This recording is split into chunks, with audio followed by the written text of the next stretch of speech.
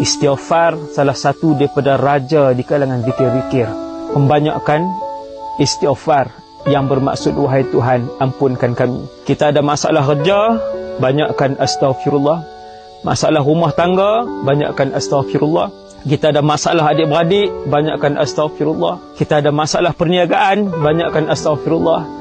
Kita tertekan dengan anak-anak, banyakkan astaghfirullah. Kita tertekan dengan suami, dengan isteri, banyakkan astaghfirullah. Maka astaghfirullah ini membuka pintu rezeki, mengampunkan dosa yang telah lalu, menurunkan hujan, menyuburkan tanaman, meredakan hati yang kemurungan, dan astaghfirullah menenangkan kehidupan orang itu.